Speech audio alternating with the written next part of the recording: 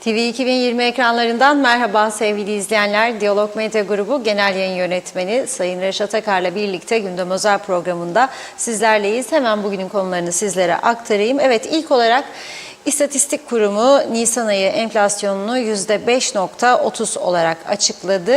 En yüksek artış magazin dergileri ve domateste olmuş. Detaylarını vereceğiz. Bu arada kuzeyde yıllık enflasyon %67 olarak açıklanırken güneyde %8 civarında seyretmesine rağmen halkın önemli ihtiyaçlarını dikkate alan Rum yönetimi bazı ürünlerde KDV oranlarını sıfırladı. Bugün Kuzey ve Güney arasındaki farkları değerlendireceğiz. Bir diğer konumuz Kuzey Kıbrıs'ta bazı özel okul ücretlerine biliyorsunuz ciddi oranda zam yapıldı. Sonrasında başlayan tartışmalar devam ediyor. Devlet okullarında tam güne geçilmesi vatandaşın beklentisi olduğu halde bu konuda siyasilerden herhangi bir açıklama veya öneri henüz gelmedi. Ancak seçim nedeniyle tabii yeni istihdamlar yapılabiliyor. Halkın Partisi Genel Başkanı Kudret Özersay bugün yaptığı paylaşımda kamuya alınacaklar arasında sicilinde yasaya aykırı silah bulundurma ve kavga gibi suçu olanların bulunduğunu iddia etti. Kendisiyle program içerisinde canlı telefon bağlantımız olacak. Üçüncü olarak ölüm yolu olarak da adlandırılan Girne Değirmenlik Dağ Yolu hakkında makine mühendislerinin yapmış olduğu önemli bir açıklama var. Ele alacağız ve son olarak da Kuzey Kıbrıs'ın uzun vadede ekonomik açıdan gelişebilmesi için güneydekine benzer yatırımlara ihtiyaç duyulduğu biliniyor. Ancak bu konuda da herhangi bir adım atılmıyor. Ayrıntılarıyla ele alacağız. Evet, merhaba Reşat Bey. Merhabalar Funda Hanım. Herkese hayırlı günler dileyerek başlayalım. Evet, bugün İstatistik Kurumu'nun Nisan ayına ilişkin açıkladığı enflasyon rakamlarıyla başlıyoruz. %5,30 olarak açıkladı İstatistik Kurumu rakamları. Fakat bilmiyorum ne kadar beklentilerimizi karşılıyor bu değerlendirme. O son derece önemli. Bunun yorumunu tabii ben sizlere bırakmak istiyorum. Şimdi diyor ki Nisan ayı içerisinde meydana gelen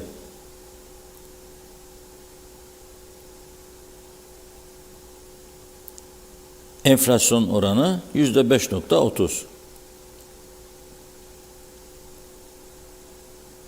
Bir önceki yılın aynı ayına göre diyor enflasyon oranı %67,34. Bugün Türkiye'de de Merkez Bankası Başkanı enflasyon rakamlarını açıkladı ve önemli düşüş kaydettiğini söyledi. %2 civarında bir şey, aklıma öyle kaldı. Yani inşallah öyledir, yani çok güzel bir haber olur. %2,5, 3, 4'e de razıyım ben, siz de razısınız. Yani bir ayda enflasyon rakamı. Ama gerçekte ne kadar farklı bir şey. Şimdi burada en çok zamlanan, fiyat artışı gösteren neymiş? Orası benim kafama takıldı. Magazin dergilerine meraklı hanımlar üzülecek buna. %84,21 magazin ve aylık dergilermiş. Kaç kişi okuyor bunu? Kaç kişi magazin dergisi alıyor, okuyor? Da bu nasıl hesaplanıyor da birinci madde geliyor? Anlamak lazım. Ben mesela magazin dergisi görmüyorum, hiç okumuyorum. İhtiyaç da duymuyorum. Güzel sanatçı görmek istersem internet sitelerinde kıyamet girerim, bakarım. Mesela dünyanın ilk 10 modeli kimdir diye meraklanırım, bazen bakarım. Ama yani şimdi dergide alıp da %84 da artış vereyim, gazete alırım. Okurum, farklı şeyler görürüm. İnternette bulamadıklarımı bulurum. Özellikle Diyalog Gazetesi'nde bulursunuz. İnternet gazetelerinde bulamadığınız birçok haberi bulursunuz Diyalog'da. Mesela bugün kimler doğdu? Nereden bulacaksınız Diyalog olmasa? Yani bunun gibi önemli farklılıklar yaratabilirsiniz. İkinci sırada domatesmiş. %76.70'te. En çok fiyat düşüşü %57.24 salatalık. Öyle mi? Epeydir almadım. Ben yaz gelmeden salatalık yemiyorum. %39'da beyaz lahana. Neden? Çünkü sezonu bitiyor beyaz lahananın. Tarlada kaldı, elde kaldı. Adam ucuzlatıyor, mecburen satsın. %33.67 bakla, taze bakla. Taze baklanın da zamanı geçti. Neyse üzerine kalan kartlaşmadan, kurumadan satmaya çalışıyor. Onun için düşüyor fiyatı onun. Şimdi ama gelelim esas meseleye. Rum tarafı da açıkladı dün.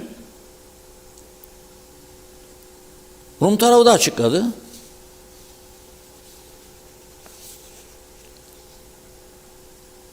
Nisan ayı itibariyle enflasyon oranı %3.8 diyor.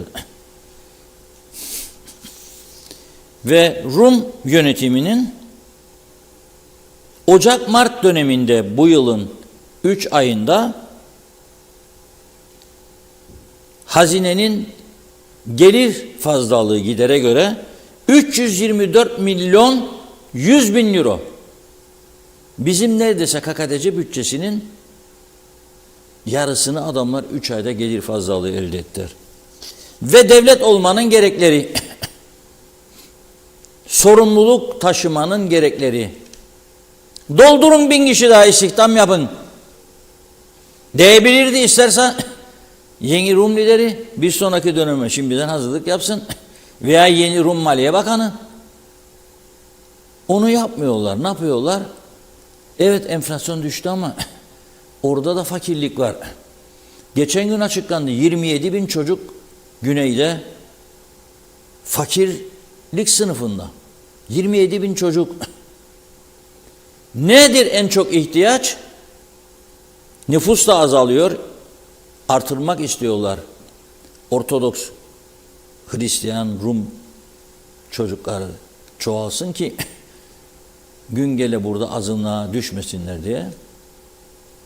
Diyor ki çocuk bezi fiyatları arttı. Evet.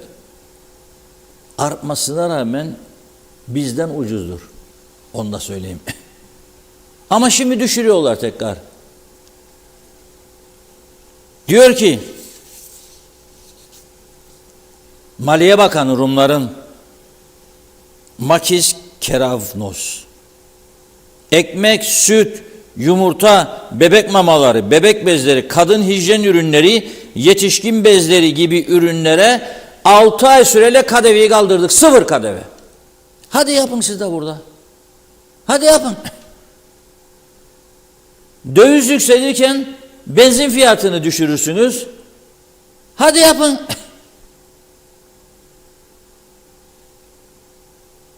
Bebek maması son derece önemli. Doğum yapan çok sayıda tanıdığım var. Yeni doğum yapmış ya 3-5 aylık çocuğu olan. Nasıl geçiniyorsunuz? Nasıl yapıyorsunuz? Diye soruyorum. Vallahi çok zorlanıyoruz diyorlar. Çok zorlanıyoruz. En fazla gider bebek maması ve çocuk bezi. Mecburen bu bezi alıp çocuğun altına koyacak. 0 KDV diyor. Şimdi bizim tarafı araştırayım dedim. Biliyorsunuz tek taraflı habercilik yapmayız. Ha benim Rum tarafını övme gibi de bir misyonum yok. Doğru olanı örnek alsınlar diye uyarıyorum burada ki buradan o yani kaçışı da durdurur bu. Şimdi ama sen bana burada 28'lik paketi verirsen çocuk bezini 240-250 liraya, daha öteki bana 64'lük paketi verirse 280-300 liraya, onları alacağım. Onları alacağım.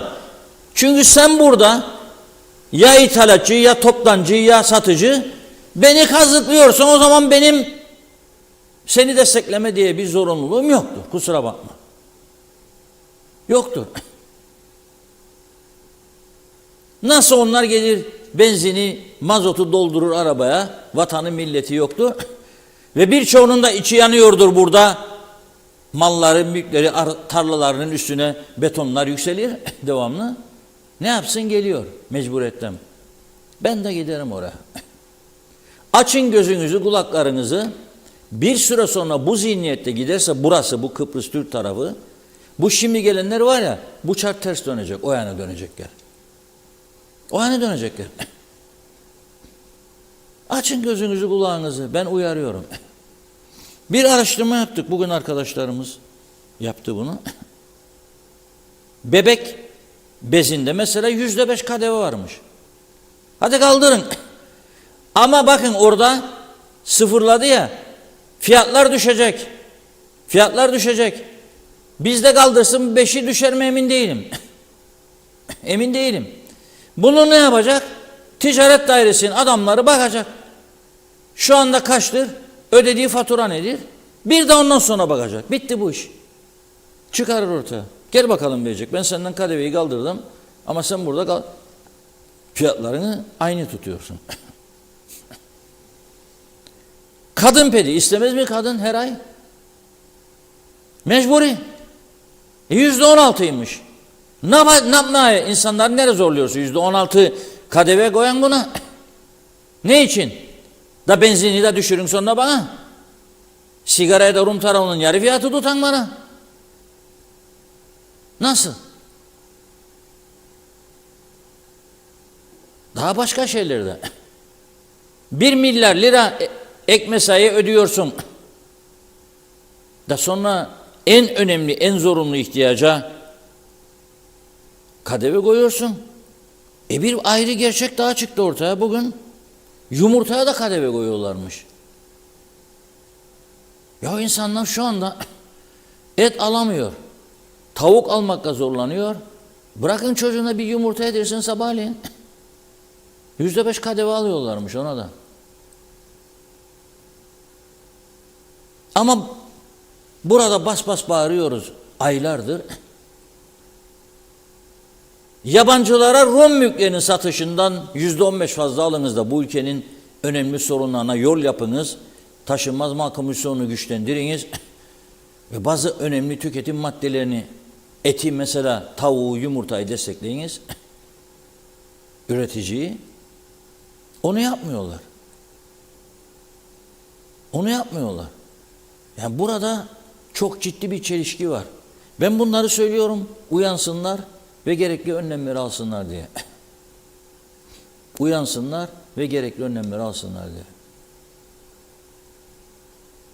Mesela 1 numara çocuk bezinde diyor bana 8 tane market gezdim Lefkoşa'da diyor. En ünlülerine de gittim. O numara yok diyor. Dedim sen yok mu ya o şeyin Cyprus Identity? Vardır dedi. Geç dedim oradan kapıdan. Metanı geçer geçmez. İlk gördüğün markete gir al gel. Doğru ya o dedi. Doğru dedi. Sonra gördüm fiyatlar nasıl dedim. Allah razı olsun dedi. Açtın gözümü. %40 daha ucuz dedi. Bu Rum tarafı KDV'yi kaldırmazdan önceki fiyatı söylüyorum. Söylüyorum. Evet ya o kazanacaksın tabii. Ticaret yapıyorsun kazanacaksın. Ama onun da bir sınırı var ya. Ve bileceksin ki burada bir rekabet var. Kapıyı geçtim 100 metre sonra yanına var. Alacağım ve geleceğim.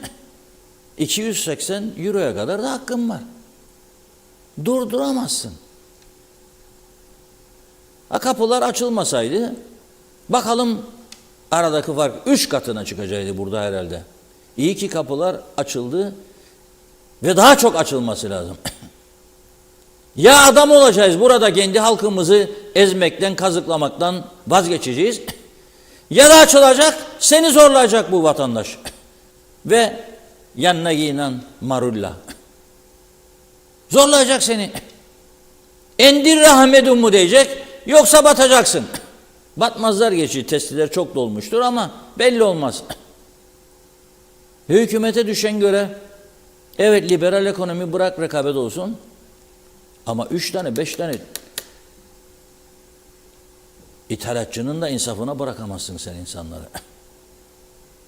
Kadın bezindeymiş %16 KDV'ymiş. Bak ya, alacak yer bulamadı. Çünkü bunu mecburdur diyorlar. Kullanacak diyor. Kullanacak da nereye zorluyorsun? Nereye zorluyorsun? Çocuk sabah bir yumurta yiyecek %5 KDV'ymiş. Bak ama sen. Bak. Ama sigarayı yarı yarıya aşağı onlardan. İngiltere'ye göre 1/10 fiyat. Yapma bunu ya. Devlet böyle yönetilmez ki. Devlet böyle yönetilmez. Devlet fotoğraf paylaşarak orada burada vatandaşla işimi yapıyorum anlamı çıkmaz. Veya örgütlerin işine müdahale ediyorum bir yerlerden. Böyle tutamazsınız bu. Dünya değişmiştir. Siz de değişeceksiniz. Ya kafalar iyi iş yapmaya yönelecek ya o da kaybedeceksiniz. Belki bir süre zorlayacaksınız bizi mücadele edelim sizinle ama sonra bellidir gidilecek köyün minareleri. Sonra halk yüzünüze bakmayacak ben söyleyeyim.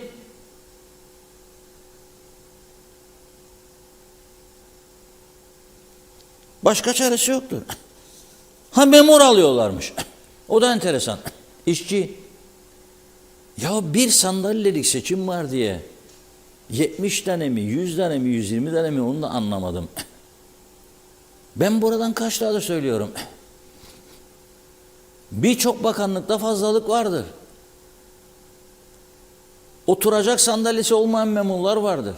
Bakanlar, bakmayanlar. Kaç tane memur var ya da çalışan memurun kim olduğunu, ne iş yaptığını bilmiyorlar. Şimdi seçim var. Peki sen aldın Hüsnü Efendi'nin çocuğunu işe geçici diye. Sana yakın değildir diye Muhalle Hanım'ın çocuğu kaldı dışarıda. Bu nasıl bir hissiyat doğacak onu düşünmüyor musun? Sana karşı, ülkesine karşı nasıl bir hissiyat doğacak ya? Ayrıca ilginç bir iddia var. Arkadaşlar telefonu deneyiyorlar şimdi. Kudret Özersay Bey'i bağlayacağım. Çünkü bugün ilginç bir paylaşım yaptı. Kudret Bey çok dikkatimi çekti. Diyor ki bu işe alınanlar arasında diyor sicili temiz olmayan, silah taşıma veya adam dövme gibi suçlar olan insanlar var. Ha siz adam dövsün diye istihdam yapıyorsanız o ayrı. Ama yani bu nereye gidiyor bu ülke? Biz bu ülkenin kültürünün insanlara olan ilişki saygının çok değiştiğini görerek üzülüyoruz. Mesela bugün bizim bir arkadaşımız dedi bana, ben onunla çok konuşuyorum da işte anlatıyorum İngiltere'de bulunursa ben birkaç daha söyledim o da fark ediyormuş şimdi. Yani yol vereceksin geçsin İngiliz'e yaya geçidinde duracaksın ki durmak zorundasın çok ağır cezası var. Sana mutlaka thank you der eli kalkar arabadaysa veya yaya geçidinde. Bizde dövecekmiş gibi seni yani yol veriyorum sana geç bir gül bana bir elini kaldır. Ercan'da gülmezler diye şikayet ediyoruz. Muhaciret veya gülmezmişler diye bilmiyorum. Belki bazılarına gülmezler. Belki farklı adam o gün ters geldi. Karısından kavga etti veya kocasından orada muhaciret memuru. O yüzü asık olabilir. Olmaması lazım tabii. Olmaması lazım. Ama sana yol veriyorsam ve sen bana bir teşekkür ederim ya, teşekkür ederim bile diyemiyorsan veya Allah razı olsun diyemiyorsan ben anlarım ki o anda benim bu ülkede kültürüm zero'nun altına düştü. Hiç başka savunma yapmasınlar. Şimdi bizim arkadaşa da durdum diyor, yol verdim kendine diyor.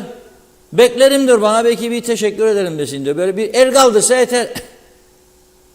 Bir diyor surat astı bana diyor. Aman Allah'ım dedim diyor. Dedim sakın bir şey söyleme. Korna da çalma. Ener döver seni ha.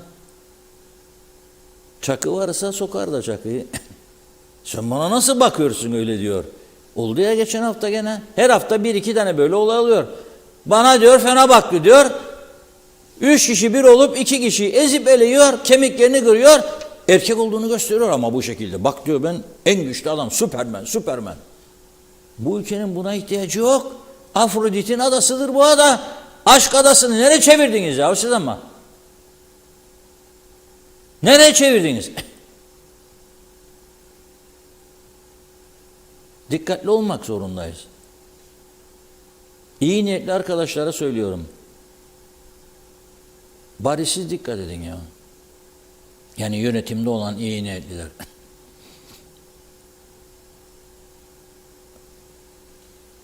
Ama bu iddiayı Sayın Kudret Özarslan ile konuşmak istiyorum yani. Ortaya herhalde bildiği bir şey var ki bu iddiayı atmıştır. Sicili temiz olmayan insanlardan söz ediyor. Devlete istihdam edilen şimdi yani. Ama bu stratejinin de doğru olmadığını söylüyorum. Size partinin bazı ileri gelenleri isim vermiş olabilir. Bakın, ben bahsettim daha önce, benim öldürülen abim, bak ölen demiyorum ama öldürülen, hastaneye gidiyor, Girne'de özel hastaneye. Doktor diyor ki muayenesi hiçbir şey yok diyor. Ama bir garanti olan bir elektro çekelim. Çekiyor. Oğluna diyor ki bak, babanın hiçbir şey yok, damarlar temiz, sağlam. Gitsin maçı seyretsin. Gidin eve. Gidiyor, yarım saat sonra ölüyor. Meğer damarlar tıkalı. Bunu görmeyen, anlamayan bir adama ben doktor demem. Değildir zaten. Ölünceye kadar da ben uğraşacağım onunla. Bekliyorum önce polis harekete geçsin. Çünkü otopsi raporları sadece Kıbrıs'ta değil, Türkiye'ye gitti. Oradan da geldi. Bariz bir şekilde görülüyordu. Anjiyo yapılması lazımdı. Yapmadılar. Yapmadılar. Onun bir oğlucu onkoloji radyasyonu üzerine eğitim gördü. 2 üniversite bitirdi. Samsun'da özel hastanede çok başarılıydı. İyi para kazanırdı. Baba ölünce geldi anasının yanına yalnızlık hissetmesin diye. Almadılar kendisini Sağlık Bakanı. Ve bir tane adam var ellerinde ve ihtiyaç var. Türkiye'den getirirlermiş o zaman, almadılar. Ne yaptı çocuk? 1,5 yıl işsiz kaldıktan sonra sınavlara girdi, geçti, öğretmen oldu. Şimdi öğretmenlik yapıyor. O kadar sağlık alanında ihtiyaçlı oldukları bir adamı farkında değil. Bunun gibi çok insan var yani. Ben yeğenimdir de söylemiyorum. Ama ben de hiç müdahale etmedim. Bu forever çağrısı budur. İnsan hakları budur. Biraz sonra size Runtara'yla ilgili bir şey daha okuyacağım. Bir paylaşım var bugün sağlıkla ilgili. Okuyacağım. Ama önce Kudret Bey hazır mı? Buyurun. Hattımız hazır. Kudret Bey hattımızda. Merhaba, hoş geldiniz yayınımıza. Merhaba Funda Hanım, iyi yayınlar. Reşat Bey merhaba. Merhabalar İyi hocam, yayınlar. nasılsınız? Sağ olun, teşekkür ederim. Trafikte ben de yol verdiğim insanlardan en azından bir göz teması bekliyorum ama büyük bir kısmı öyle bir el hareketi değil, selam verme değil, baş eğme veya göz teması bile kurmuyor. Dediğiniz gibi maalesef böyle bir ciddi bir sıkıntı var. Siz söylediğiniz diye hatırlatayım istedim. Bir de az önce bahsettiğiniz gibi bu memleketin her bir evladı değerlidir. Dolayısıyla örneğin şimdi Ulusal Birlik Partisi, Demokrat Parti, YDP hükümettedir diye kalkıp da kendi partilerini devlete sınavsız ve münhasız bir biçimde almaya kalkışmaları bu ülkenin gençlerinin memleketten soğutmaktadır zaten. Az önce sizin verdiğiniz örnek ortada. Yani herkesin bakan olanların ya da partiden olanların evlatları ve gençleri kıymetlidir da diğer evlatlar kıymetli değil mi? Dolayısıyla fırsat eşitliği yaratmaktır önemli olan. Maalesef ama maalesef pek çok konuda olduğu gibi ne zaman bir istihbarat gelse bize ve biz bunu kamuoyuna duyursak maalesef diyorum doğru çıkıyor. 70 tane geçici işçi alacakları ama bunlardan memur olarak o statüde işçi statüsünde alıp memur olarak çalıştıracaklarını duyurmuştuk 2 gün önce. Sonradan bunun belgeleri de çıktı. Doğru olduğu ortaya çıktı. Buradaki önemli nokta nedir? Devletin pek çok kurumunda siz de çok iyi bileceksiniz. Geçen gün bir manşet atmıştınız karayollarıyla ilgili olarak. Kapatın gitsin diye, hatırlar mısınız? Evet, aynen öyle. Aynen orada olduğu gibi devletin pek çok kurumunda ihtiyaç olan yerler vardır. Kurumların yasasında o kadrolar mevcuttur. Ama o kadrolara liyakati olan insanların alınması gerekir. Belli bazı kriterler vardır. O işi yapabilecek olan insanların alınması için de bir duyuruya çıkarlar. Bir münhal açılır. Bir sınav yapılır. Kamu Hizmeti Komisyonu üzerinden. Fırsat eşitliği verilir herkese, bu memleketin bütün gençlerine. O sınava girerler ve hak eden o kuruma alınabilir. Yapılması gereken böyle bir istihdamdır. Ama şu anda yapılan maalesef sınav yapmak istemedikleri için, sadece kendi partililerini doldurmak istedikleri için geçici işçi statüsünde alma yoluna gidiyorlar. Ve üzülerek bir kez daha vurgulamak isterim ki aslında normal şartlarda bu hükümet, bu gayrimeşru hükümet bu dönemde istihdam yapamazdı Reşat Bey. Normal şartlarda, normal yasaya göre herhangi bir istihdam yapamazdı çünkü seçim yasağına girerdi. Bugün itibariyle, bu tarihler itibariyle. Ama mecliste maalesef bu gayrimeşru hükümetle birlikte ana muhalefet partisi, Cumhuriyetçi Türk Partisi de ikisi birlikte UBP, DP, YDP ve CTP oy birliği ile seçim yasaklarının süresini bir aya indirdiler Reşat Bey. Oy birliği ile diyorum. Genel kuruldan oy birliğiyle geçti. Seçim yasaklarının süresi bir aya indirildi ve henüz o seçim yasakları yürürlüğe girmediği için şu anda istihdam yapıyor bu hükümet. Anlatabiliyor muyum? Evet. Ve maalesef bugün işte az önce bahsettiğiniz bir ilave bir şey daha açıkladık. Bu da doğrudur ve belgesi çıkar bugün yarın. Hiçbir zaman yanlış çıkmadı söylediğimiz şeyler, siz de biliyorsunuz. O da şu, yetmezmiş gibi sınavsız aldıkları, münhalsiz aldıkları, oy uğruna seçim için aldıkları partililer, o aldıkları kişilerden bazılarının da sicilinde kavga, adam dövme ve yasaya aykırı bir biçimde silah bulundurmak gibi, hani temiz kağıt alırsınız ya, orada bir suç işlediyseniz ve silinecek bir şey değilse ve oradadır. O kayıtlarda bu tür suçlar işleyen insanların isimleri de geçici işçi olarak devletin aldıkları ortaya çıktı. Dolayısıyla şunu söylemeye çalışıyorum. Kamudan hizmet bekliyoruz değil mi? Eğitimde hizmet bekliyoruz, sağlıkta hizmet bekliyoruz. Bir kere sizin dilinizde tüy bitti, sürekli bu programlarda söylüyorsunuz. Bu devletin kaynakları çarçur ediliyor, israf ediliyor. Bu devletin kaynakları çarçur edilmese, bu devlet okullarına örneğin gerekli altyapı yatırımını yapar, kafeteryada yapar, sınıfta yapar, çadırlarda okutmak zorunda kalmaz ve devlet okullarında o zaman tam gün eğitime geçilebilir. Bugün pek çok kişi tam gün eğitime geçilemeyeceğini, çünkü okulların buna hazır olmadığını, altyapının eksik olduğunu söyleyip bunu bir bahane olarak kullanıyorlar. 30 senedir aynı hikaye. Peki, 30 yıldır duyuyorum ben bunu. İşte bu bahaneyi de artık ortadan kaldırmak için devletin kaynaklarını bu şekilde böyle sınavsız, münhalsiz istihdam yaparak çarçur etmelerini önlemek gerekir. Çünkü bu devletin yeterli kaynağı vardır işte. Özel okullara muhtaç bıraktılar. Hem paralı hem de pahalı özel okula göndermek ile çadırlarda kamusal eğitim almak arasında bir ikilemde bırakıldı aileler. Ve şimdi neye döndü bu? Çocuğunun son 1 senesi kalmış, 2 senesi kalmış. Zam da yapılmış okulların harcına. Özel okula göndermeye devam etsin mi etmesin mi diye insanlar perişan. Elindeki araziyi malımı satsın, düğünde takılan altıncığı mı bozsun da çocuğu okutmaya devam etsin diye gara gara düşünüyor şu anda insanlar. Yani Reşat Bey, Doğru. devletin istihdam politikası bugün seçim uğruna, sadece bugün de değil, bu zihniyet yıllardır maalesef devlete sınavsız ve münhalsiz bu şekilde partizanca istihdam yaparak devleti çökertti.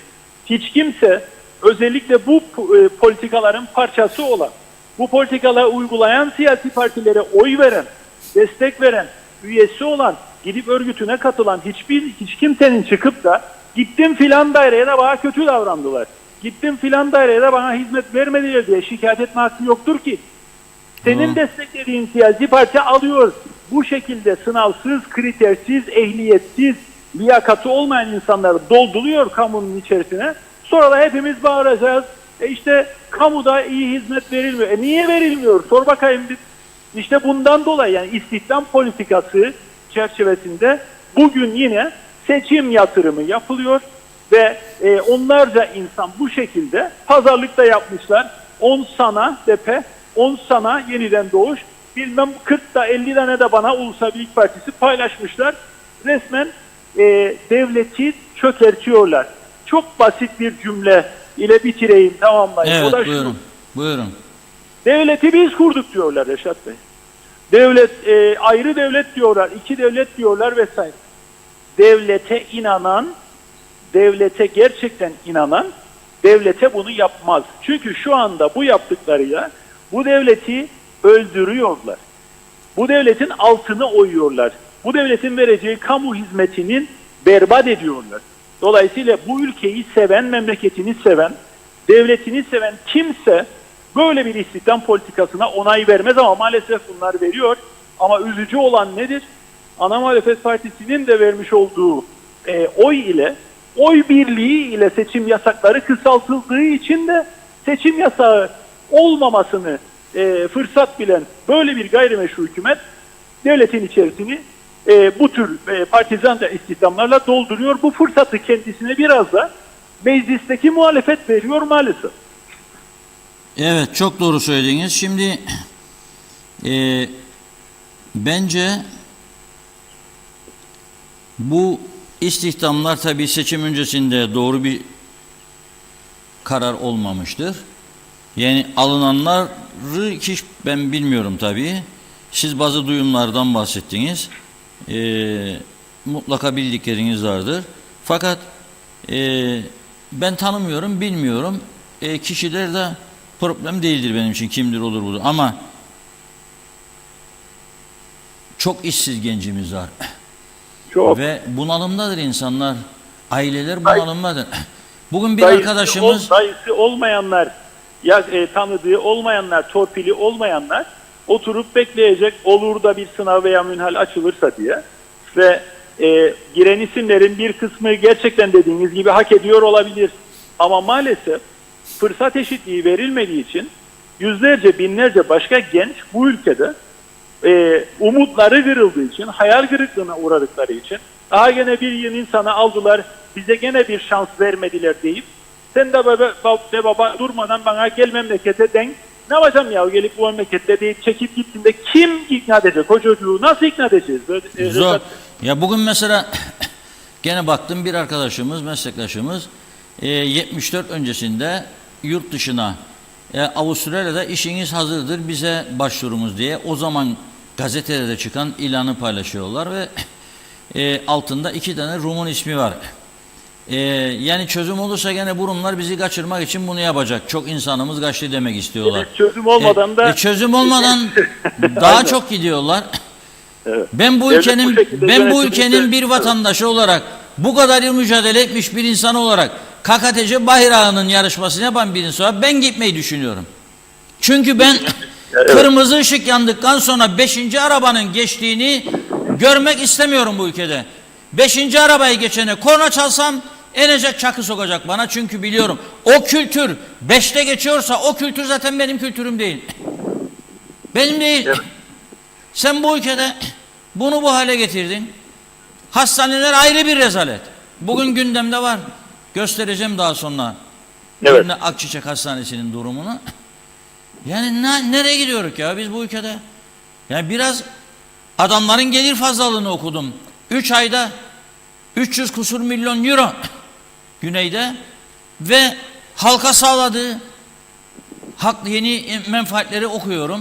KDV'yi kaldırmış, çocuk Reşat Bey, bezinde, çocuk mamasında, kadın bezlerinde, yumurtadan, ekmekten kaldırmış. Aynen. Son bir yıldır sizin programınıza bağlanıp bir yıldır çağrı yapıyoruz kendilerine. Temel ihtiyaç ürünlerinde bu fonları geçici bir süreliğine sıfırlayın ve KDV'yi kaldırın diye örnekleriyle çocuk bezi de dahil veriyoruz. Dilimizde tüy bitti. İnternette bir Google'dan search edin. Son girdiğimiz seçimde de temel ortaya koyduğumuz vizyon buydu. Defalarca çağrı yaptık. Ne oldu günün sonunda? Geçen sene Ekim ayında Bu ülkenin Maliye Bakanı, şu an görevde olan Maliye Bakanı, bu gayrimeşru hükümetin Maliye Bakanı açıklama yaptı ve dedi ki temel ihtiyaç ürünlerinde KDV ve fonu sıfırlamak için çalışma başlattık. Ekim, Kasım, Aralık, Ocak, Şubat, Mart, geldik Nisan, Mayıs'a. Aradan geçti 7 ay Reşat Bey. Ne ses var ne seda KDV'den ve fon indiriminden. O arada Rumlar dün itibariyle, bugün itibariyle yaptılar. Sizin dediğiniz gibi temel ihtiyaç ürünlerinde KDV'yi ve fonu sıfırladılar. Bizim aklımız yoktur, bunu düşünelim. Size 6 aydır, 1 senedir söyleriz yapın diye. Yapacağız diye de açıklama yaptı Maliye Bakanı. İşleri güçleri yalan dolan, boş boş konuşma. Evet. Çok teşekkür ediyoruz Sayın Özelsay. Teşekkür ederiz. Kolay gelsin. İyi yayınlar dilerim. İyi Sağ ol. günler. Evet, tabii çok mesajlar da birikti. Funda Hanım böyle böyle yapıyor bana. Ne demek diye bilmiyorum. Uçuyor demek istiyor herhalde. Uçan şey mi acaba, sadece mesajlar mı, yoksa insanlar da mı uçuyor? O ayrı mesele. Buyurun. Evet, hızlıca başlayalım. Çok çok teşekkür ediyoruz ilginize. Zekiye Baş, Pembe Usku, Şerife Turgay Derya iyi yayınlar diliyor. İzzet Kahraman da selam olsun yoldaşlar, selam olsun CTP demiş. Erol Topçu, Erdal Yarkın, Mehmet Uluçaylı da hayırlı yayınlar diledi. Sayar Eker selamlar, kıskanç dünyamız açlık dünyasıyla kol kola geziyor. Diyeceğim yok, yiyeceğim yok. Birimiz bakar, diğerimiz ağlar.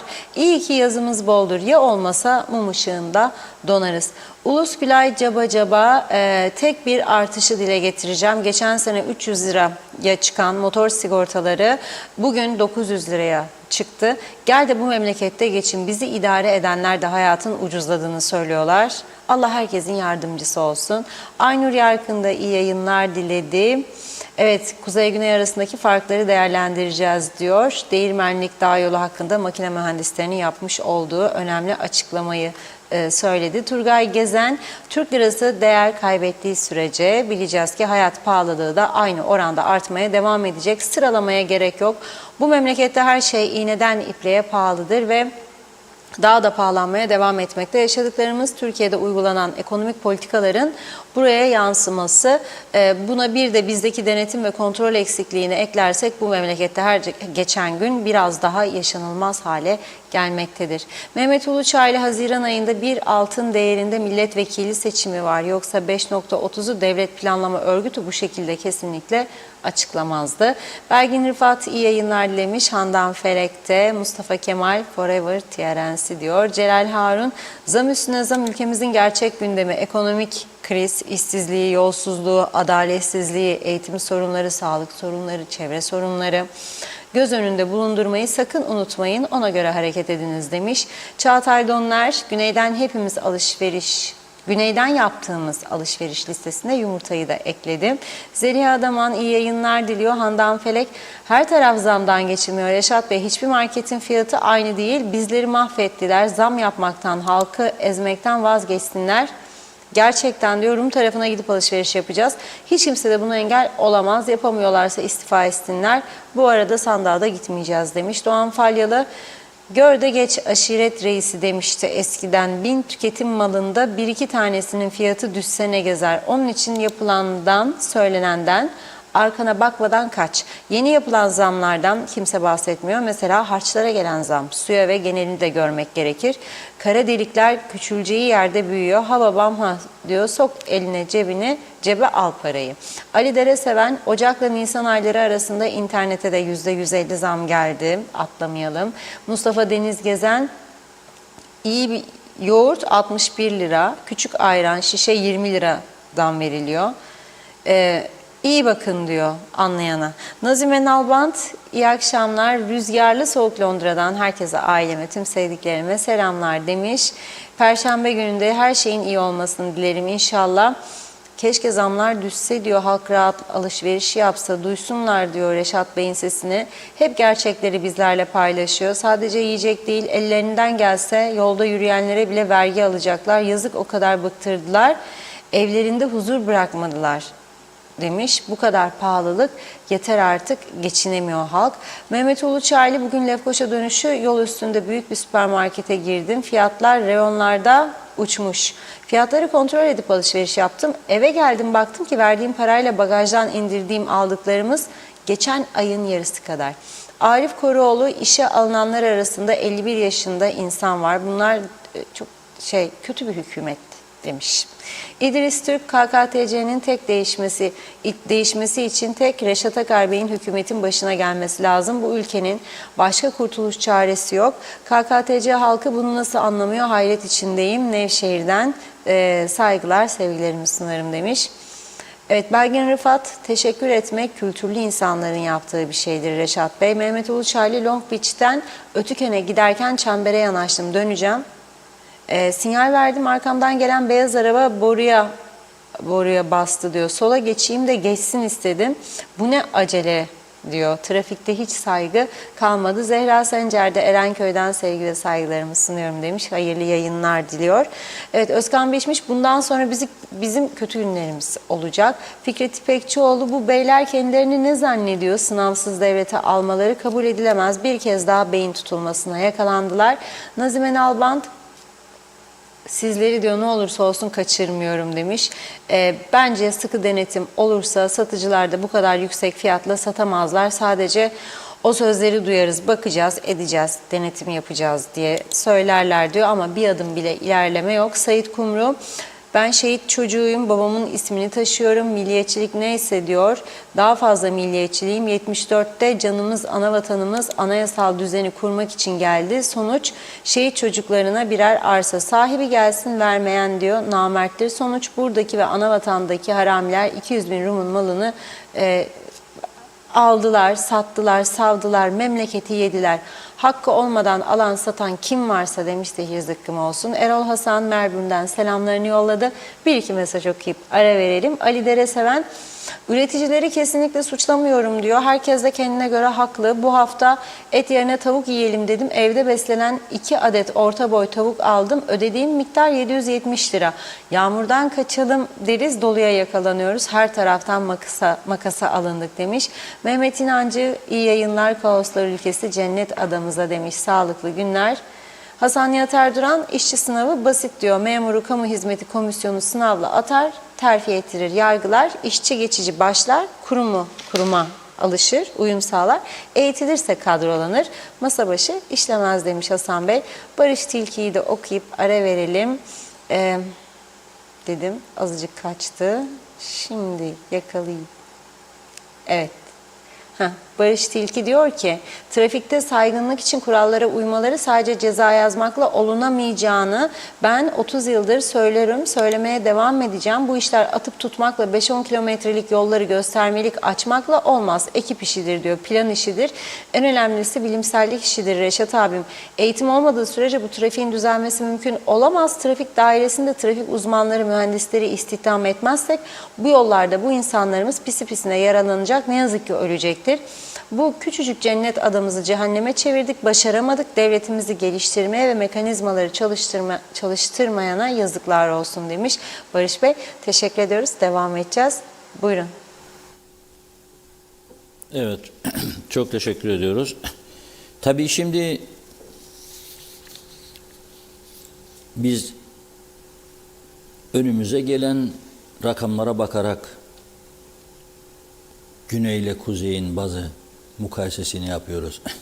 Şimdi burada bir soru var. Ama bilmiyor musunuz ki bu emperyal güçler, Avrupa Birliği mesela Rumlara bir yardım yapar da bizi de ambargo altında tutar. Sen de her gün övünüyorsun. Anavatan Türkiye yanımızda olduğu sürece arkamız yere değmez. 10 milyar, 9 kusur milyar yardım fena para değil. Onlar orada orduya 200 milyon euro harcıyorlar. Senin burada orduya harcaman sıfır. Zero. Bir kuruş savunma masrafın yok. Bir miktar mücahidimizin dışında esas sınırları bekleyen geniş alanı Anadolu çocukları. Silahlar anadan, mermiler anadan, maaşları askerin anadan, elektrik paraları, su paraları anadan. Sen de sıfır. Bundan daha büyük bir nimet olabilir mi? Bir, gelelim ki halkın ezici bir çoğunluğunun oturduğu evler Rumların sıfır kira veya sıfır satın alma parası. Ezici bir çoğunluğun, tümü değil son yetişen nesiller doğal olarak kiraya gidiyor ya da ev annesi babası para varsa yardım ediyor, alıyor. Ha bundan sonra olabilir mi? O da zor. O da zor. Ama arada büyük dengesizlik var. Bakın bugün ben mesela arkadaşlarımızın uyarısı üzerine özelde en üst düzeyde ve en yüksek yatırımı yapan bir adamın 40 yıl sonra çıkması halinde veya 35 yıl sonra işi durdurması halinde 460 bin lira civarında bir para alacağını öğrendim. Şoklarımı yaşadım. Bugün 3 şok var. Bir tanesi bu. Bu adam eğer devlette müsteşar ya müdür olsaydı, ya bakan ya bakmayan, ki öyle bir konumda 2 milyara para demezdi ikramiye olarak. 4 kat 5 kat. Nasıl olur? O da bu vatanın evladı, öteki de bu vatanın evladı. Öyle bir ayrıcalıklı düzen yarattılar ki öyle. Gün gele bunların bu ülkeye büyük zarar vereceğini hiç hesaplamamışlar. Vatan millet Sakarya, ana vatan, çek bayrağı da korkma. Bakın ne hale getirdiniz. Şimdi o eskiden gazeteye Rumların verdiği ilanla gelin de Avustralya'ya biletleriniz hazır. Londra'ya. İşin de hazır. Gerek yok. Onu vermeden. Hatta o tarafa gidiyorlar. Avustralya değil. Da sıkıntı var. Adamlar daha çok alacak. Da sıkıntı var. Çünkü giden gençler ne İngilizce ne Rumca bilmiyor. Yoksa bir işe alınacaklar. Ha burada gelip mesela bir markette çalışmaz adam. Ya bir lokantada gidip garsonluk ama üniversite bitirdi evladım der annesi ama orada gider yapar. Housekeeping, garson, temizlik işleri yaparlar. Ne yapacaklar yapmayacaklar? İş yok. Mecburen.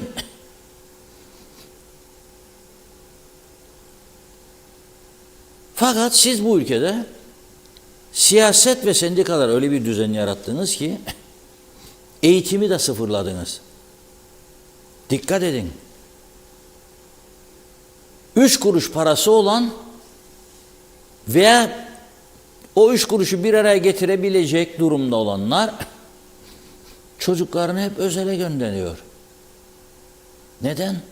Daha iyi bir tahsil alsınlar diye. Bunun için. Çünkü devlet okullarında iyi bir eğitim olmadığını biliyorlar. Devlet okullarında 12,5, 1 bilemediğin biri bulmazlar, çocukları eve gönderirler. Normal.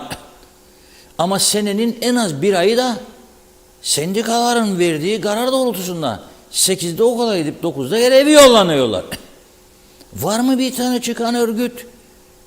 Ekonomik örgütler, kültür örgütleri, IQ'su yüksek ülke düşünürleri veya siyasileri bununla ilgili konuşsun ve düzeltme yönünde adım atsın? Yoktur. Aman derler, ben hadi kötü adam hocam, doldur test değilsen, yemeye içmeye bak falan filan. Sonunda bunun zararı size dönecek. Bir gün gelip nitekim dönmeye başladı. Çocuklarınız değilse torunlarınız şimdi kafayı yere vuruyor. İşsiz güçsüz veya kötü bir eğitim. Rumlar gelirler yanına, git seni alayım işe. Ama anlat bakalım mesela babanı. Tell me something about your father der mesela. O da der my father is a barber. Saçları keser every day. Bu. Hadi oğlum der. Ne iş istedin der, bir on. Ben müdürlük istedim çünkü üniversite okudum. Ha der. Git der, Dektaş Bey versin. Dektaş Bey yok ama Rumlar arada adını kullanır. Adını hala kullanırlar çünkü isim yapan tek lider. Northern Cyprus'ta. Ne kadar çıkacak? Yani gerçek nüfus 150 bin Kıbrıs'ta kaç tane lider çıkacak ya? Ve bu gerçek nüfusu 150 bin olan veya 100 bin olan Kıbrıs'ta her sene sen hükümet değişin, her sene başbakan, 10 bakan, 100 tane müdür müsteşar, 150, 200, 300 danışman. O zaman bağırmayacak hayvancı kalmadı diye. Çünkü onlar da orada görevde. Al ya beni de danışman oraya diyor, bitsin diyor, biz de diyor kitap yaladık. Alalım diyor. Sonra neden yolumu yapamıyorsun? Neden çocuk bezine KDV uyguluyorsun, düşürmüyorsun kadın bezine? Diyor benim diyor bütçemin 85'i diyor maaşlara gider. Gözünüz kör olmasın. Sizsiniz yapan bu düzeni ve sizsiniz sürdüren hala daha bu düzeni. Sonra bana ağlıyorsun 85'i maaşlara gider diye. Değiştir düzeni. Değiştirmiyor. Cesaret edemiyor. Çünkü diyor ben 3 aylığına geldim ya 5 aylığına biliyor gideceğini. Ne kötü adam olayım diyor. Sen kötü adam olma, o olma. Ben kötü adam ola yeter artık. Yeter. Ya olmayacağım kötü ben de demek ki artık. Siz de olmayın. Ne yanlış yaparlarsa aferin be Mehmet, aferin Mehmet. Ha iyi bir şey geldi mi sıra? Aldanla desteklen iyi bir şey. Ne var bakalım falan filan. Ya ne toplum olduk ya biz. İngilizler Brexit ilan etti. Ben hep merak ederdim. Hiç ne gazetelerden okuma ihtiyacı hissettim, ne İngiliz siyasetçilerin gerekçelerini dinleme ihtiyacı hissettim. İlk gün söylediğim laf şuydu. İngiliz, Polonyalılardan ve Romen çingenelerinden kurtulmak için göze aldı 100 milyarlarca sterlin zararı ve çıkıyor Avrupa'dan. Evet böyle. Çünkü gözlerimle gördüm Londra'da. O trafiğe hassas, o kadar ağır ceza olmasına rağmen yaşlı kadını duvara sıkıştıran kamyon şoförü gördüm bir gün. Call to police, call to police diye bağırıyor kadın İngiliz. Korkuyor İngilizler. Sonra baktım oradakiler Polish driver diyor. Onun ülkesinde bunlar oluyor çünkü. Geldi İngiltere'de. Ve değiştirmeye başladılar da kültür bilmem ne.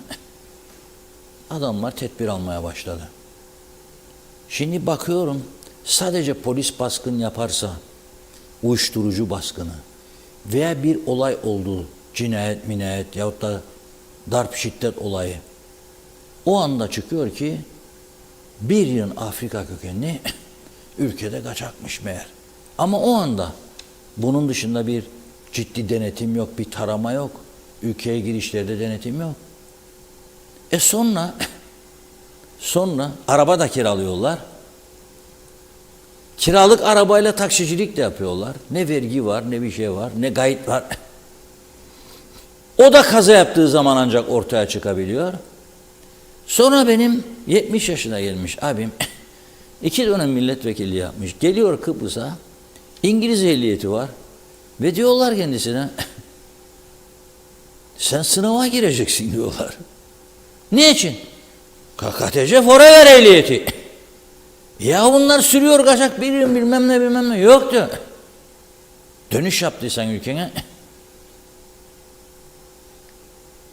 ve şoför okuluna ödeyeceksin para. Learning çıkaracaksın. Bilmem kaç ders alacaksın. Eksaminer seni çağıracak diyecek ki learning alırken nedir bu işaretli Ahmet Efendi söyle. Vay be, vay be. Gerçekten uçuyor bu KKTC o. Gerçekten. Uçuyor. Ne anayasa tamamdır, ne de yasaları tamamdır. Hepsi çürümüş, eskimiş, geçersiz. Çoğu yalan dolan.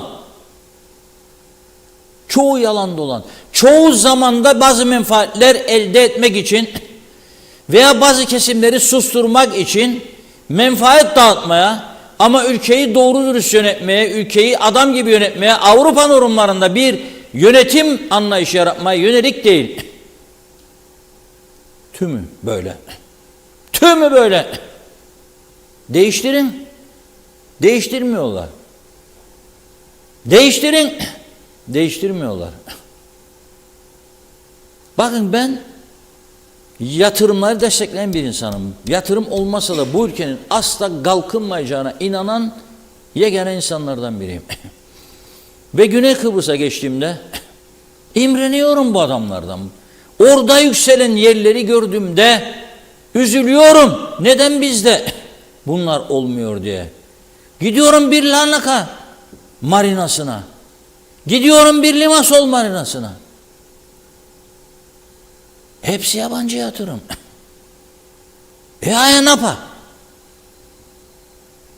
300 milyon euro Mısırlı.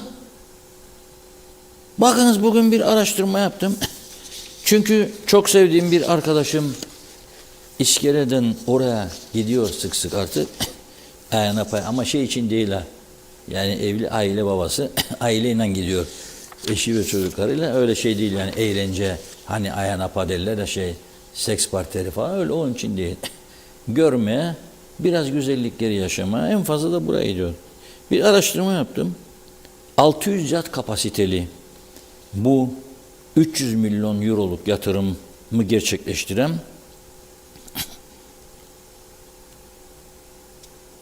İsrailli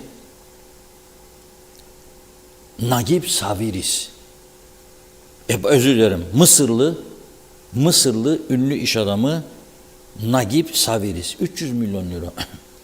Bu bizim arkadaşın çektiğidir. Geçtiğimiz hafta sonu Ayia Napa.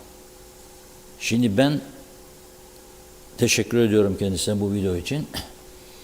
Ben size bir daha sesli olarak bu Ayia Napa Marina şirketinin kendi tanıtım videosunu ekrana getireceğim. Gelin görün burası Kıbrıs mı acaba? Hong Kong mu? Dubai mi? Singapur mu? Siz karar verin.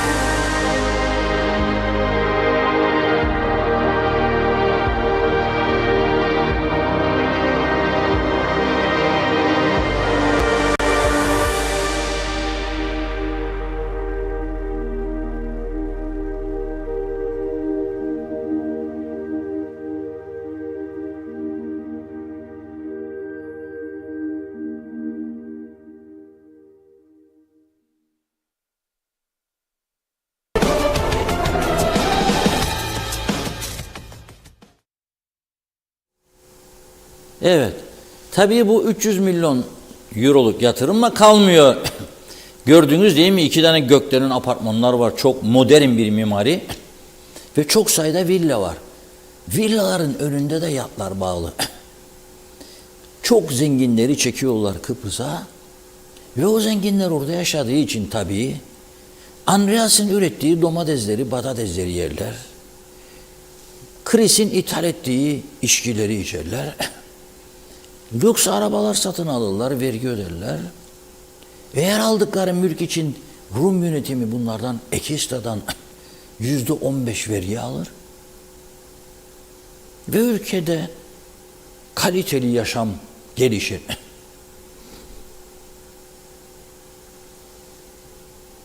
$3,5-4 milyon eurodan başlar apartman daireleri. Villalarda 1.500.000'den başlıyor apartman daireleri. 3,5-4'ten de başlıyor villalar. 17 milyon euroya kadar çıkıyor. 17 milyon. 10 milyon olsa her bir villa satışından 1,5 milyon euro Rum Maliye Bakanı'nın kasasına giriyor. İşte o da bu paraları toplayıp kendi halkına bazı zorunlu ilaçları uygun fiyata veriyor. Mesela 5 sene, 6 senedir tansiyon ilaçları aynı fiyatta tutuluyor. Farkını devlet ödüyor diyor bana Elsacı. Çocuk bezlerini sıfırladım diyor. Kadın bezlerini sıfırladım diyor. Mamaları sıfırladım diyor. Niçin? Gelir topluyor. Ya bizde olsa hemen peşkeş. Binayı yıktırırlar adama. Bunlar da korktukları için herhalde başka şeylerden bilmiyorum. Yatırımların önünü açamıyorlar. Yasa el vermez yasalarımız falan. Senin yasanı koy sirkeye de turşu yap iç. Hangi yasanda hayır var? Hangi yasana söyle bana. Benim hastalıklarımı koruyan yasan var mı? Varsa nerededir? Niçin yürürlüğe koymuyorsun ki? Niçin? Bakın adam yazıyor. 3 gündür giderim Mausa diyor. Araç kayda diyor. Yaptıramıyorum diyor. Personel izindeymiş ya adam yokmuş. Aslında adam çok. Ama yok.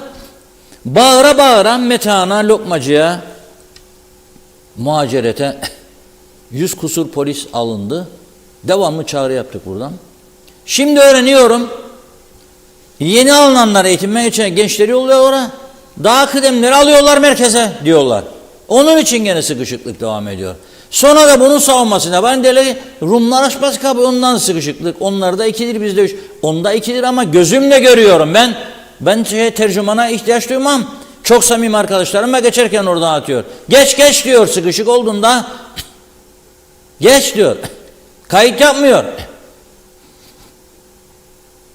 Siz yapmıyorsunuz hiçbir şey. Ve hala da az önce de konuştuk. Devlet okulları çökmüş durumda kuzeyde.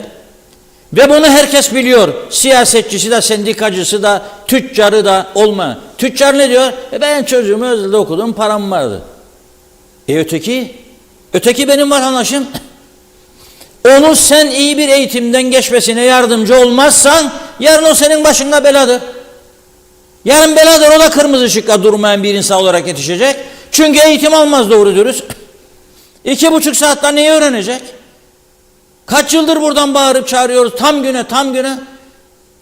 30 yıldır aynı yalan dolan. Altyapı tamam değildir diyor sendika. Bakan da diyor evet altyapı tamam değildir. Ne yapmazsınız altyapıyı? Nedir ihtiyacınız altyapı? Lokantacık ister mi? Çocuk ne yapmazsınız? Paranız mı yok? Sendikaların kasaları yüklü. Olmaz o görevler için. Hükümet ne ayırman eğitime daha fazla pay? Maliye vermez. Maliyenin para vermesi için bazı tedbirler alman lazım. Nedir en önemli tedbir? Bak patladı şimdi kiralar.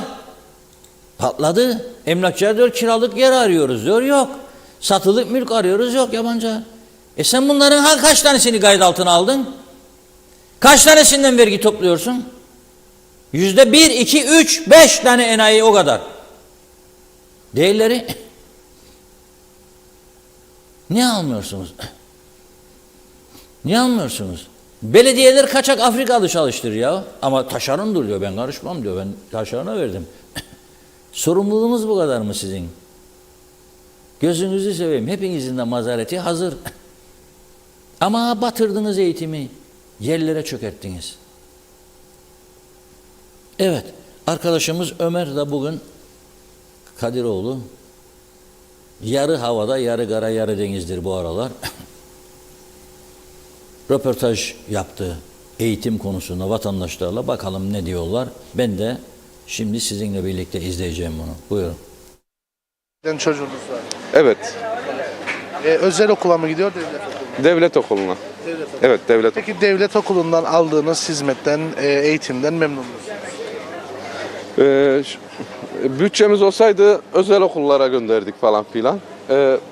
Devlet okulu olduğu için yani bazı eksikler falan vardır mesela. Eğitim açısından baktığımızda yeterli görüyor musunuz devlet okullarına verilen eğitimi?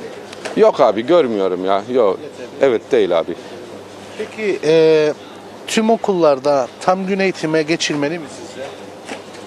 Çocuklar açısından bilmiyorum ya, çocukların da vakti olması lazım. Şimdi sıkılırlar, okuldan sıkılırlar bence. İşten çıkana kadar yani komşuya bırakıyoruz. Nenesine falan, eğer ki uygunsa nenesine, dedesine bırakıyoruz. Öyle. Peki Yani bugün imkanınız olsa çocuğunuzu okuldan sonra özel eğitim alması için kreşe, etüde falan gönderir miydiniz? tabii gönderdik, tabii isterdik çocuklar biraz daha rahat etsin, etüde gitsin, efendime söyleyeyim özel okula gitsin.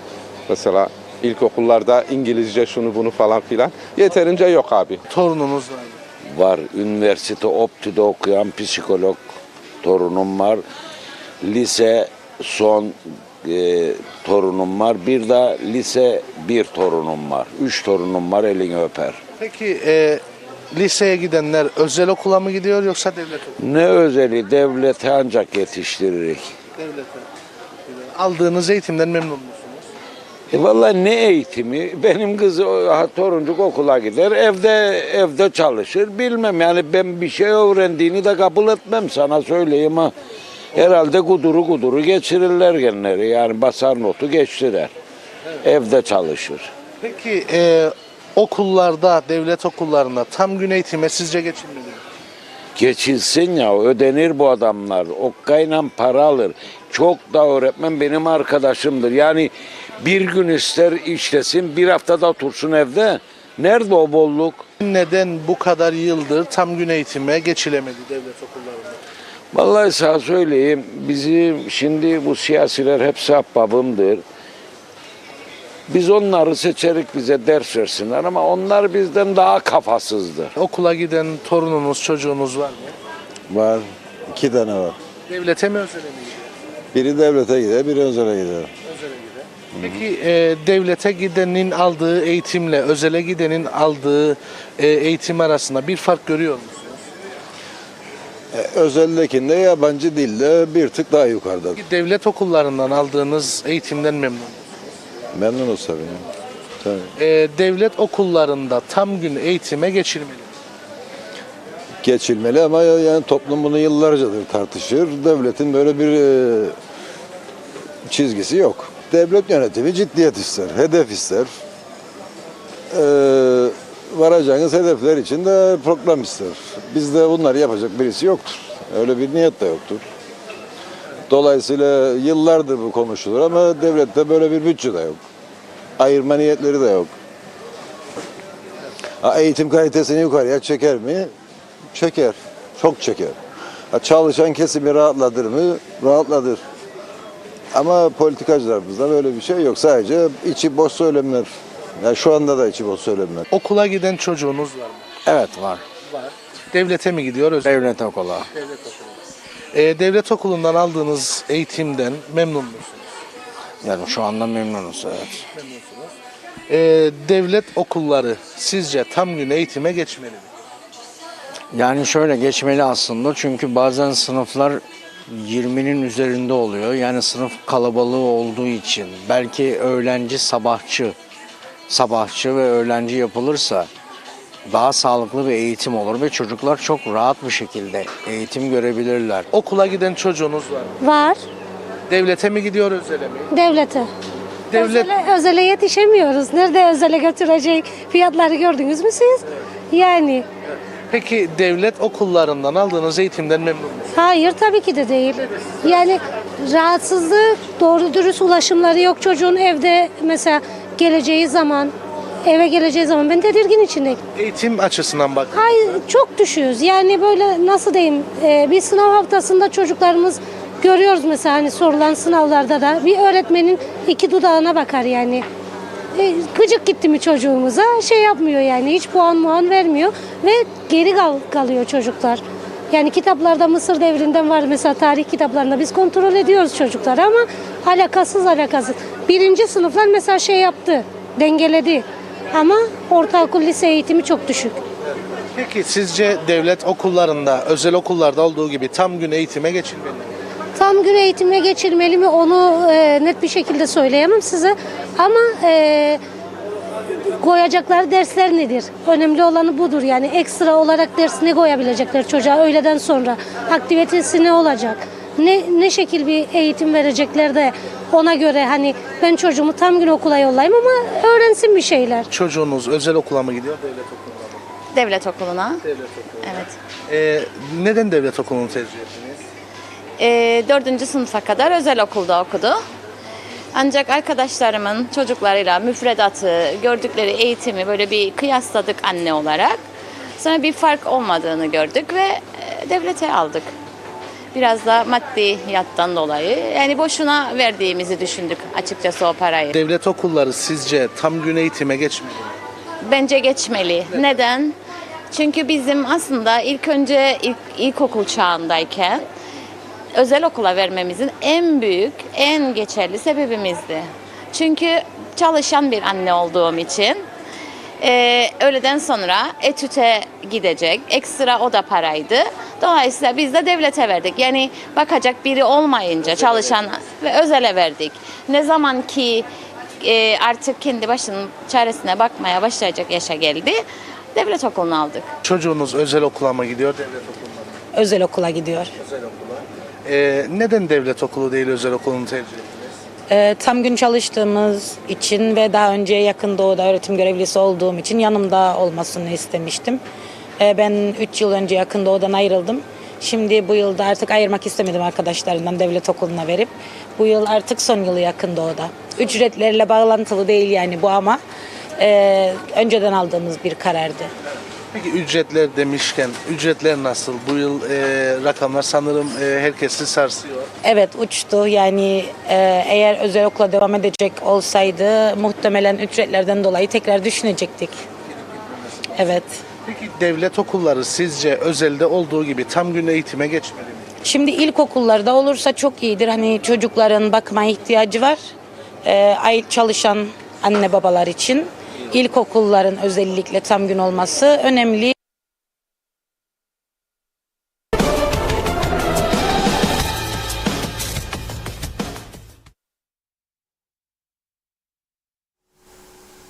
Evet, devlet okullarından memnuniyet belirtmek mümkün değil yani. Ha çalışkan, fedakar öğretmenler yok mu? Var tabii. Onları saygıyla anıyorum buradan. Var. Onlar da rahatsızdır bu düzenden ama bir şey diyemiyorlar.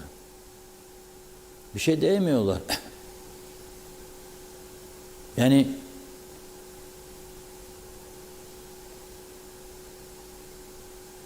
deseler ne olacak zaten? Madem öyle ayak uyduruyorlar. Yani kim saat 8'de okula gidip de 12'de 12.30'da serbest bırakılmayı kabul etmez? Madem düzen böyle biz de bu düzene ayak uyduracak derler. Bu düzen bozuk düzen. Bu düzen değil yani aslında. Herkes biliyor. Ama gidebildiği kadar gidecek. Forever olmayacak tabii. Onu ben adım gibi biliyorum. Olmayacak. Evet buyurun Funda Hanım. Hızlıca başlayalım. Çok yoğun bir mesaj süresi. Gene çok giden oldu. Mehmet Uluçaylı, Lefkoşa'da ilaç eczacı deposunda kurul ilacım olan Plavix'i almak için gittim. Sorumlu memur reçeteyi onaylıyor. Aşağıda ilaç alırken reçete yazan kurul ilaçlı okumadan kendi kafasına göre vermek istiyor. Çalışan kendisine ilacı verirken reçetede yazılanı okumuyor. Oku da bana soru sorma dedim. Yani torpille işe alınıyorlar. Sonra da kendilerini nimetten sayıyorlar. Bu davranış yalnız bana değil, herkese aynı. Sizden rica ediyorum, bir gün orada çekim yapın, göreceksiniz insanlara nasıl davranıyorlar.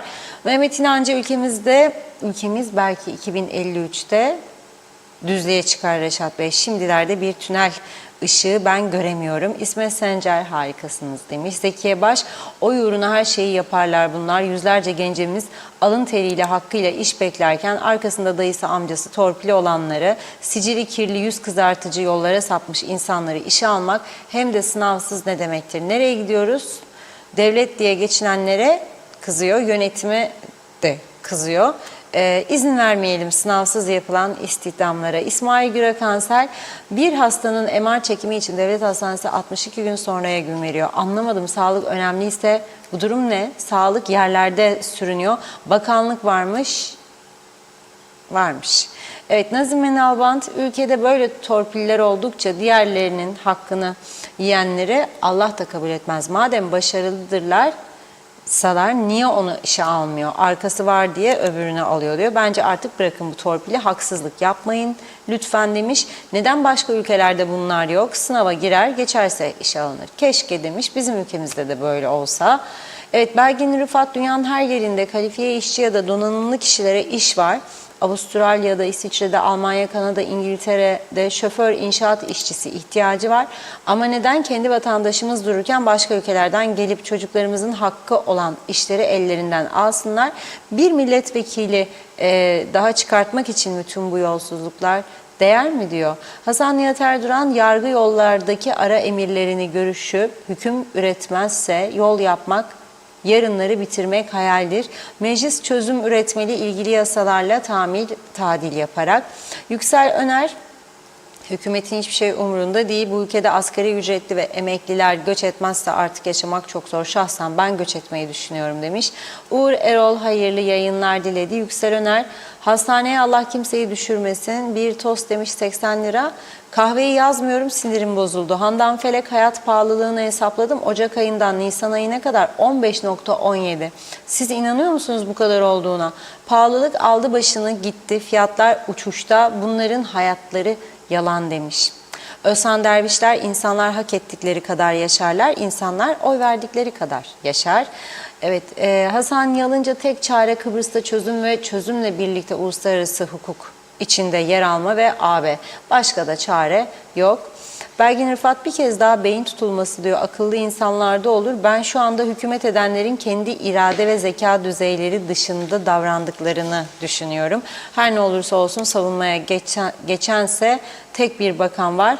Anladığım kadarıyla başka hiç kimse cevap verme hakkı vermiyor. Acaba neden? Mehmet Şenler kolay gelsin demiş. Mehmet İnancı, bu derenin suyu bir gün duracak Sayın Akar. Bal tutan parmak yaladı 48 yıldır, bundan sonra yalayamayacak bu düzenbazlar diyor. Hasan Nihat Erduran, Rum'dan bizi katlederek, soyarak, sömürerek yaptıkları kaldı bize. Bunu görmemek günahtır. Tarih ve gerçekleri saptırmaktır. Sebep Yunan, sonuç bugündür. AB, BM, ninni okur. Bizi de uyuturlar burada. Ateşkes devam eder. Statüko budur demiş. Hala nasıl batıramadılar bizi? Eminim onlar da hayrettiler diyor. Hayret ettiler. Evet. Bakayım. Hasan Nihat Erduran, Brexit'le Anglo-Amerikan dizaynı Ukrayna krizi uyguladı. Putin görüp götürüp AB piyasalarına çökeceklerdi. Olan Ukrayna'ya oldu. AB Almanya sayesinde sallandı, yıkılmadı. Putin de yerinde durur. Özkan Bişmiş, bundan sonra okuldan mezun olduktan sonra işe girmek çok zor olacaktır. Eda Bilgin Seraksoy, kardeşimin çocuğu hakkında bilgi verdi. Kolej mezunu, İngilizce konuşuyor, yazıyor. Ayrıca anestezi ve hemşirelik mezunu. Stajını da yaptı, devlete girmedi ama sınavı geçti. Şimdi ne iş yapıyor? Bir otelde transfer, yani şoförlük. Rum kesimine, Baf ve Larnaka havaalanına yolcu götürüp getiriyor. Küçümsemiyorum, alın teriyle çalışıyor ama Demem o ki devlete istediklerini alıyorlar. Nurcan Uzmaner, Mısırlı Soy ablacığım iyi yayınlar dilemiş. Necdet Mavi Gözlü, Kuzey Kıbrıs Birleşik Afrika Pakistan Cumhuriyeti başkenti Lefkoşa'dan iyi yayınlar diledi. Şimdi yetiştim diyor. Gelir birazdan yorumlar. Doğan Falyalı, ne yapsın gariban? Sıraya gir, sıranı bekle diyor. Ama gelen öne geçer.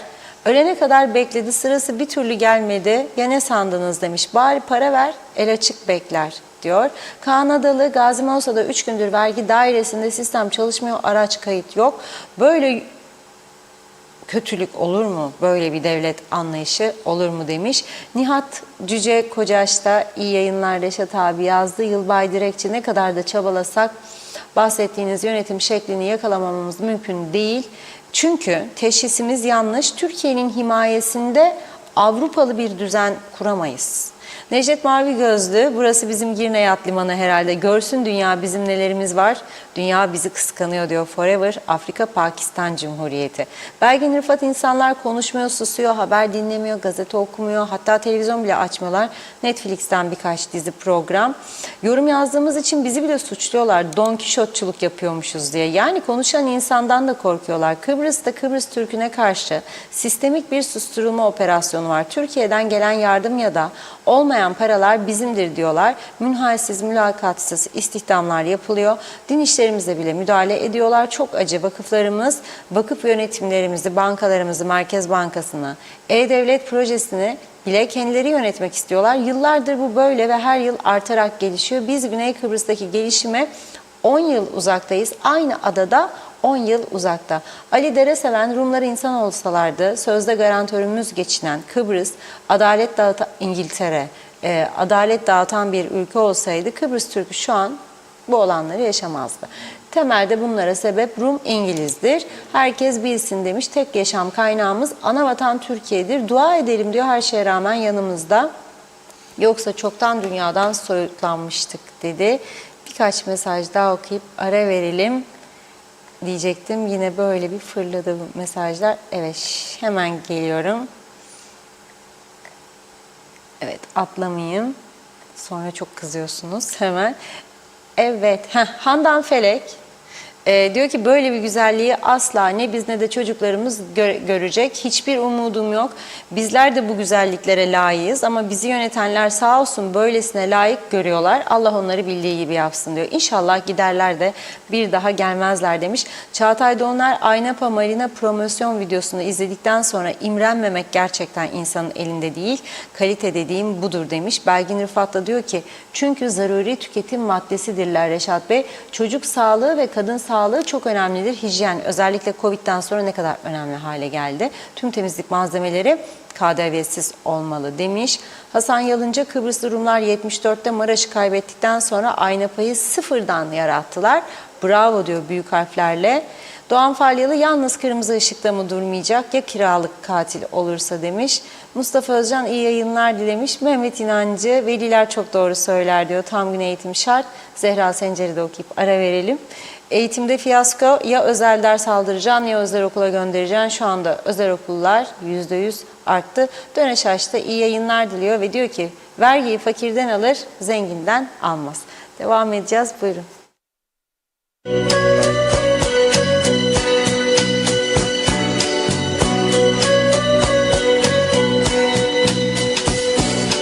Et si tu n'existais pas, dis-moi pourquoi j'existerais.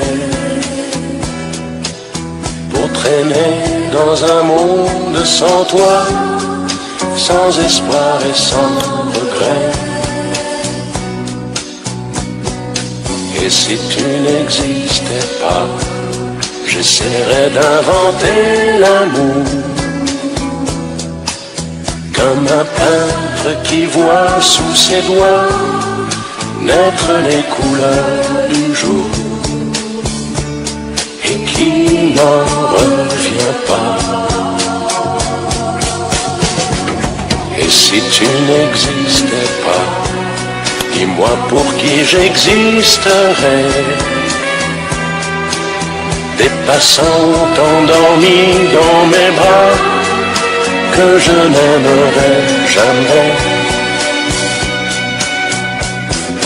Et si tu n'existais pas, je ne serais qu'un point de plus dans ce monde qui vient et qui va. Je me sentirais perdu. J'aurais besoin de toi.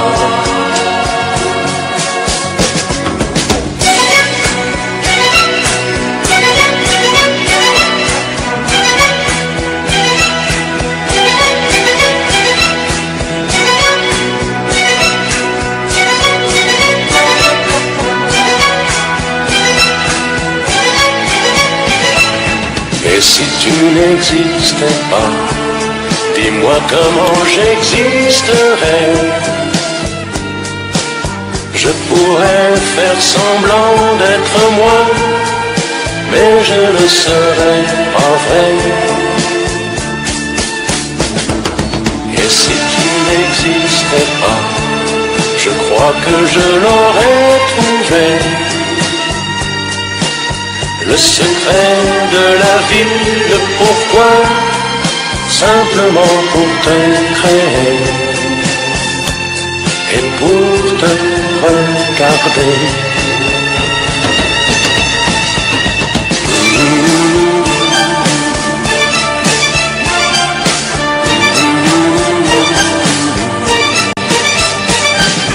Et si tu n'existes pas, dis-moi pourquoi j'existerais.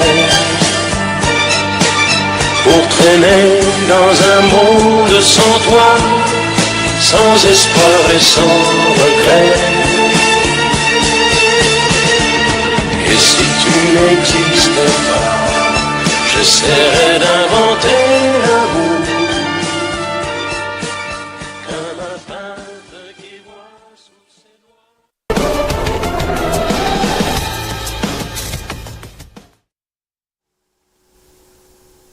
Evet, şarkımızı dinledik. Şimdi tabii dün biliyorsunuz Girne Değirmenlik Dağ yolunda bir kaza olmuştu, ölümlü. Ve o kaza ile ilgili haberi okurken sizlere bu dağ yolunun aslında bir ölüm yolu olduğunu söylemiştik. Gerçek de bu. Yani bunu herkes kabul eder. O yol ölüm yolu olarak adlandırılıyor. Çok tehlikeli. O yolu kullananlar çok dikkatli olmalı. Mecbur olmadıkça da bu yolu kullanmamalı. Çünkü yolun birçok yeri çökmüş durumda. İkaz işareti kalmamış. Gece karanlıklar içerisinde görmek zor. Hele alkollü birisi Ercan'dan indi, aldığı bir kiralık arabada alkollüyse de çıkar yola, tam berbat. Veya birisi Esentepe oralarda gidip eğlendikten sonra arabaya binip de bu dağ yolundan Mesela'ya doğru falan gidecek olursa çok tehlikeli. Şimdi bugün Makine Mühendisleri Odası tarafından bir açıklama yapıldı. Çok uzun bir açıklama bu yolla ilgili. Tabii ben ne demiştim? Kudret Bey de söyledi az önce. Bu Karayolları Dairesi'nde bir olay yaşandıktan sonra yani kamera sistemine, sigortalı sistemine, ne bileyim zarar verip araçların anahtarlarını alıp kaybolan birileri var. Ama ben dedim ki bu daireyi kapatın dedim. Kapatın, kurtulun. Çünkü bu daire adı var, kendi yok dedim. Gerçek budur. Ama o cesareti gösteremiyorlar çünkü orada 100 kişi çalışan var, ne yapacak ya 120 bilemiyorum. Bunların hepsi daire içi personel. Dışarıda yol yapacak biri yok. Tamirat yapacak, yollara çizgileri çekecek, trafikle falan yenileyecek biri yok. Kapatmaktır doğru olan. Tabii Mimar Mühendisleri Odası, Makine Mühendisleri Odası da yani birilerinin okuyacağını ve önlem alacağını düşünerek bir uzun açıklama yaptı tabii. Bazı önerilerde bulundu. Dağ yolunda ölümlü kaza şeridini ihlal ederek, ölümlü kaza diyor, şeridini ihlal ederek karşı şeride geçen Araç sürücü çarpışma sonucu hayatını kaybetti. Çarpışan araçların üzerindeki darbeden kaynaklanan hasarlar incelendiğinde araçların uygun hız limitlerinde ve tedbirlerde kullanılmadan anlaşılmaktadır. Dağ yolu hasarlıdır. Bazı yerlerde banket yoktur. Risk, karşıdan gelen aracın görünmesini engelleyen virajlar vardır. Limitsiz yük taşıyan ağır araçlar vardır. İnsan hayatına mal olabilecek ciddi riskler taşımaktadır, diyor.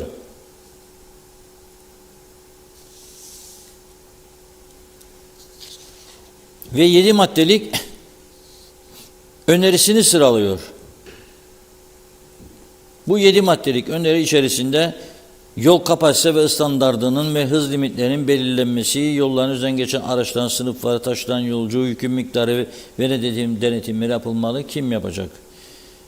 AE 662, AE 665 yasal mevzuatları bilime dayalı değildir diyor. Tasarlanan araç yük taşıma limitleri ve dingil aralıklarına uygun değildir. Türkiye ve AB mevzuatlarına, standartlarına da uygun değildir.